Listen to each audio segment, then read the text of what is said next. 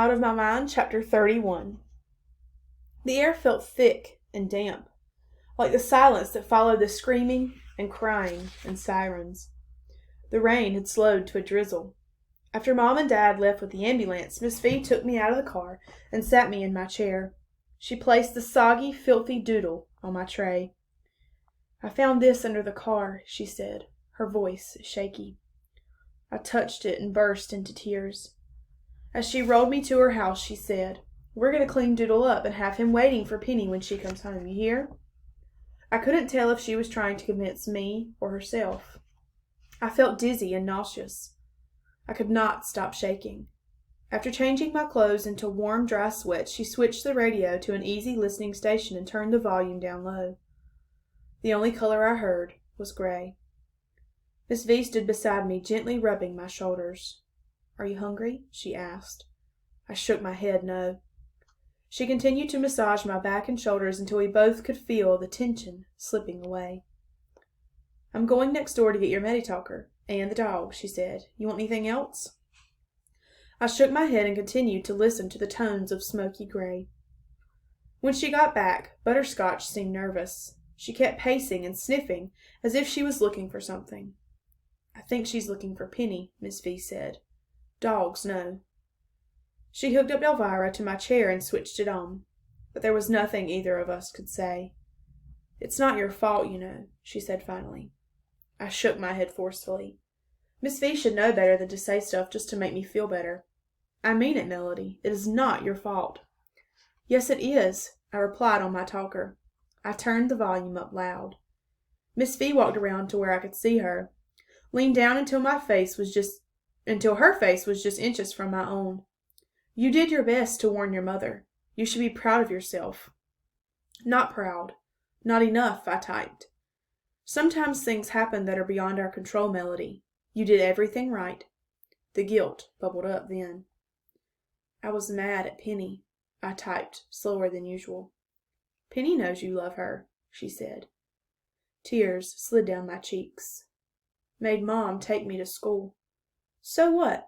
The fact that you insisted on going to school even after what happened to you yesterday shows you are a strong person, a better person than anyone else there. I'm proud of you for that." "Don't be." "I'm sure Penny will be just fine," Miss V said then, but her voice said otherwise. For the first time I could remember, Miss V sounded unsure. "Will she die?" I had to know. "She was alive and breathing when the ambulance took her, so I'm going to believe that's still the case. Toddlers are very resilient, you know." I had to know something else. "Her brain messed up?" I said. I had seen enough television shows on brain trauma to know it was possible. My classmate Jill had been in a car accident. I couldn't bear to see Penny like that. Miss V answered thoughtfully and honestly. "I suppose it's possible, but I pray that's not the case." 2 broken kids, I typed. Just the idea almost made me gag. "That's not going to happen, Melody." But Miss V's voice wavered. I heard it. I was still for a moment, then I typed, "It should have been me." "Huh? What do you mean?" "Nobody would miss me."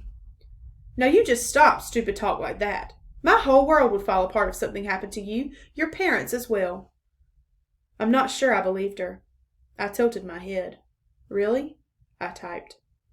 "I plan to wear purple to your college graduation." Far away and very hard.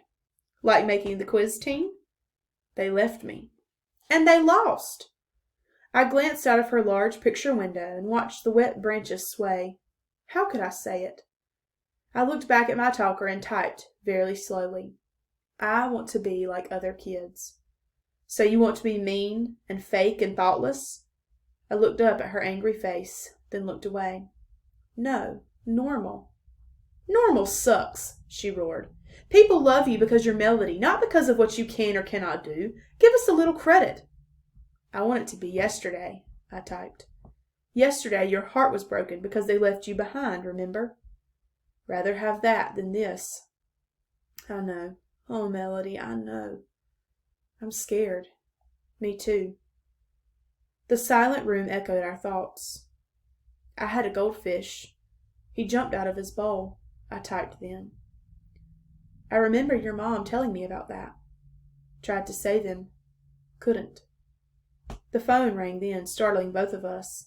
I jerked in my chair. Miss V picked it up. Yes, she said. I strained to listen. Oh, no, she said. My heart dropped beneath my chair. She listened for a long time. Oh, yes, she said finally. Then she burst into tears and hung up. Is Penny dead? I typed. The world was spinning. Miss V wiped her eyes, looked at me, and took a deep breath. She has some internal injuries, a badly broken leg, but she survived the surgery. She's gonna live. Then she cried once more.